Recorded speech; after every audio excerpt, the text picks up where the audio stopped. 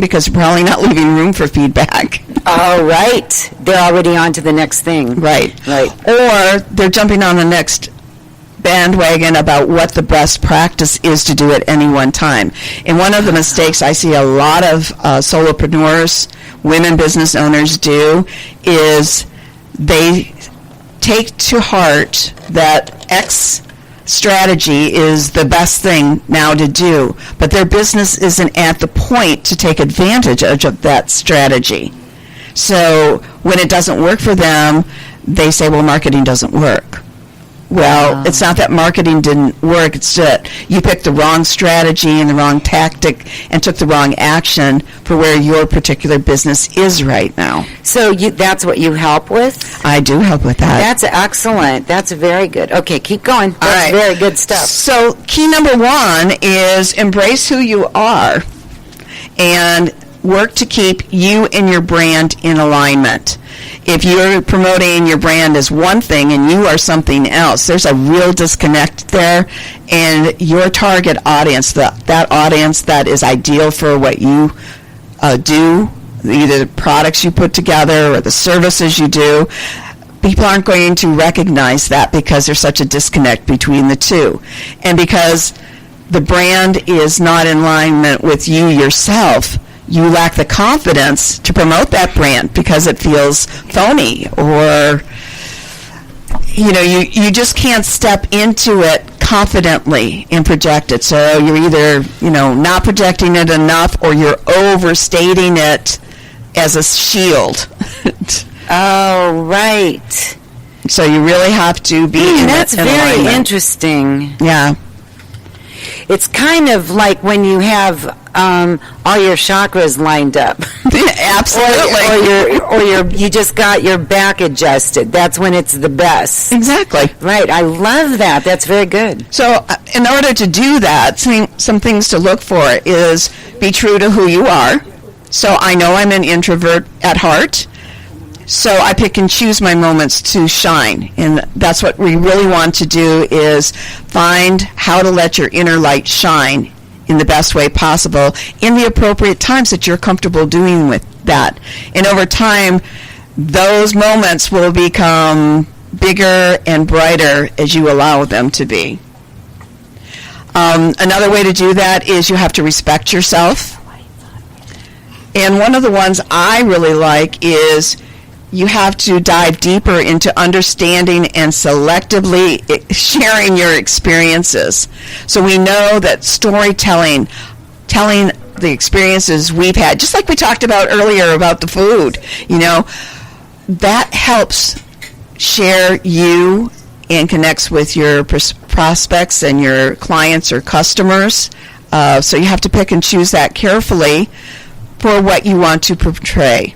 And another one is stop dismissing your life's experiences as not worthy enough to share. That is a problem of mine. Yeah, I know, but you're getting better at it. Am I? Yeah, you are. Oh, God, I've been making such an effort. Well, and it's also about not identifying that, but then often working with a coach. So how can you share a story that's got a lot of emotion attached to it and share it in a way that you end up feeling comfortable sharing it, but resonates with your prospects and customers and clients, in your case, your listeners as well. And it's not just picking any story, right, or telling it in any way. Like you wouldn't want to tell a lost puppy story unless it's relevant. Exactly. Right. Exactly. I don't know why I thought lost puppy. Because the princess of dogs is here. Remember? Oh, yes. That's why. And it is your birthday. Deb Z just walked in, and happy birthday to Deb Z. Thank you very much. Yes. Thank you. She's looking marvelous. Does she look good? For 105. Yeah. When you get as old as me. Anyway, that was all key one. So if you can do that, and the recap on that is just embrace who you are and stay in alignment between you and your brand. Let's talk about that just a little bit, because you and I have had the discussion about the story thing. Yes. And have been in the past a firm believer that when I am on the stage, that people want to hear what's in it for them. Mm-hmm. And I agree. So I don't share very much of my story, and I've done that for years and years, and I've argued with coaches over it, and it's really it's been a really touchy subject for me. But now, just this year, actually at the end of 2018, I realized that I have not been vulnerable. I have not let that show through. And people aren't going to listen unless they know how you got to where you are now. Right. You're not selling a widget. You're selling a lot of self-confidence. Right. So you have to show I them. have to do it, don't I? It would help. Oh, God. It's so hard for me, Kat. Yeah. Well, give me an example give me an example of just of an experience you've had that you've held back without actually going into the experience. Just maybe the topic area of it. Okay. I don't think anybody knows how many times I've been divorced and what I've been through through I have. Yes. And look how close we are. Yes. But I don't know that I've ever talked about, and yet if I were doing a clinic on or a workshop on getting through divorce, boy, that information would come in handy, wouldn't Exactly. And the fact that you don't languish in the perceived failures of the prior marriages. Right, and some of it was very, very painful, and to me, I don't want to relive that pain, and if I talk about it, I will.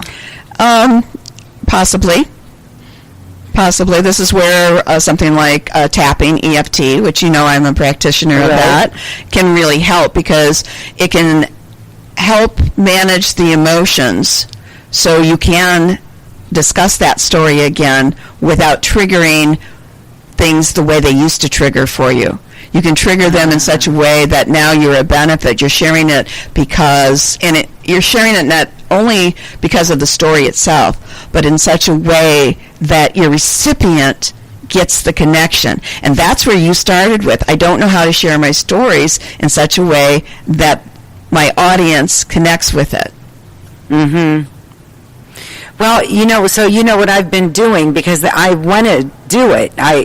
Since January. That was what I was going to do this year. Sounds like we need to talk. Yes, but what I started doing? I started journaling, and I started writing part of those stories that would be relevant. Mm-hmm. And so, we should talk. All right. Exactly. And you just brought up something else that's really important. You mentioned journaling about the parts that you think are relevant. Just because you're sharing a story, you don't have to share every little detail that you believe was part of the reality. That's not the purpose. If you're sharing a story in order to connect with someone, you can cherry pick the parts that are relevant. Very good. Okay. Thank you. You're welcome. You all ready for key 2? I am. All right. Key 2 in learning to promote yourself with confidence is establish clear boundaries for what you are and aren't willing to share or discuss. Aha. And we led right into this one. And one of the ways I like to frame this is how we express ourselves on social media. I have very clear boundaries about what I will and will not discuss on things like Facebook.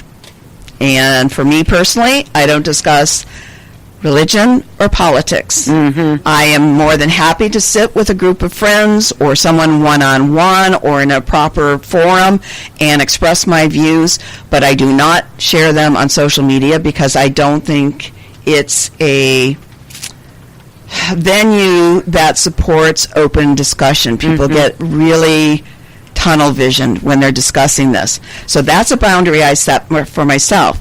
I don't expect other people to set that same boundary for themselves.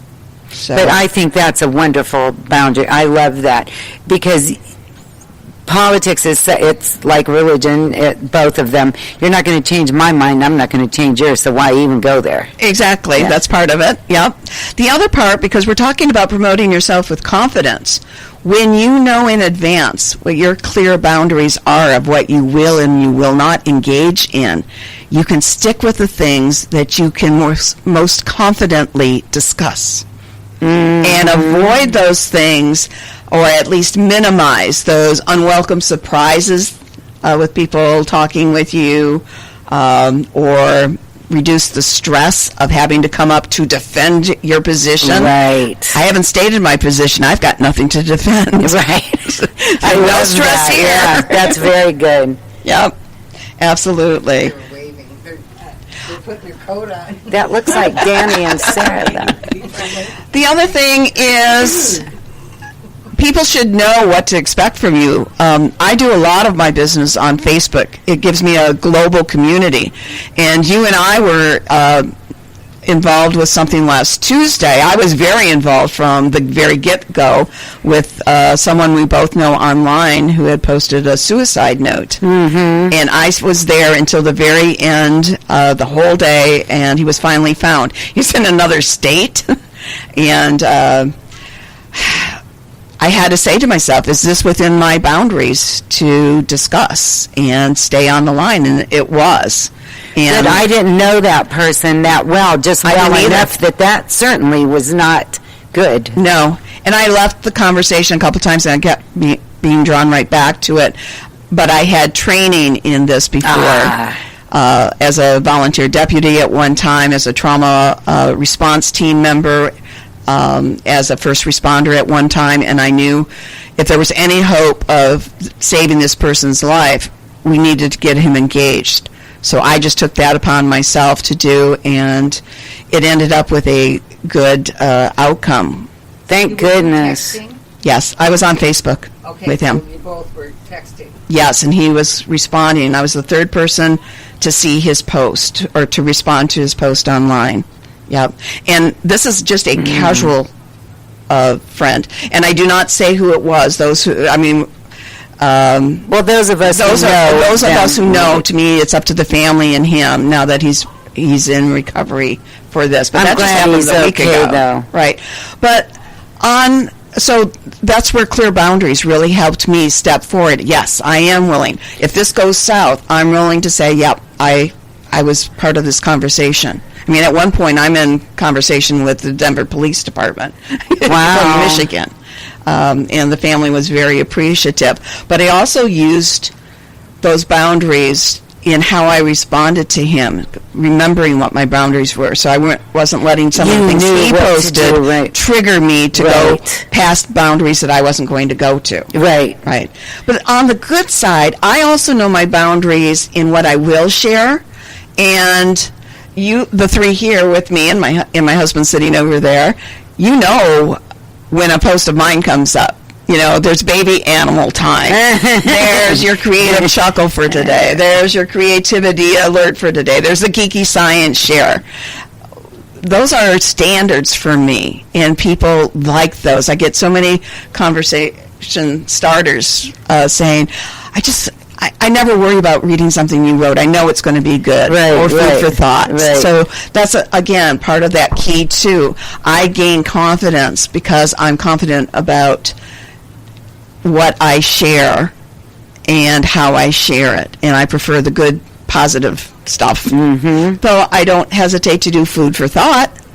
Right. But I just don't go down politics and religion. Right. Yeah. Which is fine by me. And there are plenty of people who do that. Right. And the people, I'll tell you, I'm all about avoiding stress if you can possibly have it. I mean, we have enough in our day-to-day lives that is unplanned or not sought after. And if there's a way for me to reduce stress in my life, consciously making the effort not to listen to the news, not to read those posts, boy, I don't. Well, and I think another point to be made is it doesn't mean that I never make missteps online. You know, there's that odd typo that really sends things south. Or just if I didn't